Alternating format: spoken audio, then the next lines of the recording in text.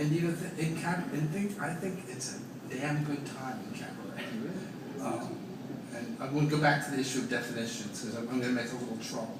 Well, Right here.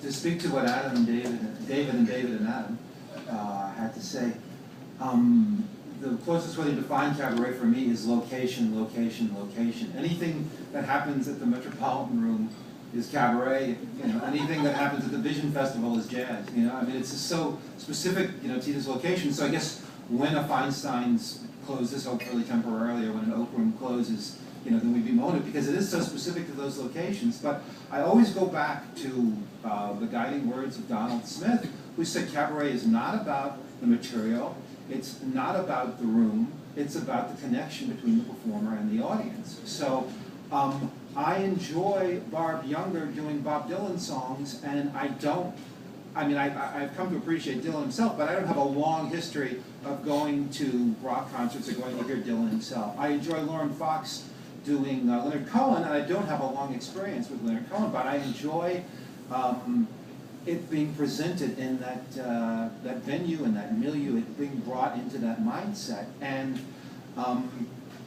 like I say, it's just about that intimate connection, and it really doesn't matter what the material is. And I totally disagree that the art form is in trouble, because I think it's thriving all over the world, much like jazz is, in a way that we can't even picture the way it's so popular in Scotland, Australia, France. There was this amazing tribute. I don't think anybody was there, because I think I was the only non-French speaking person in the room, except for Michael Katsobashvili. But this huge tribute to Piaf, where I think they just promoted among French-speaking New Yorkers or French people, French citizens living in New York. The whole room was packed with, everybody was speaking French, and there was no English translation, and it was this huge zillion-dollar tribute to Edith Piaf with about 50 French singers that made everybody stand up like they were all well known. I hadn't heard of a single one of them, all doing Piaf songs. I thought it was just tremendous. It was one of the most exciting concerts I've ever been to.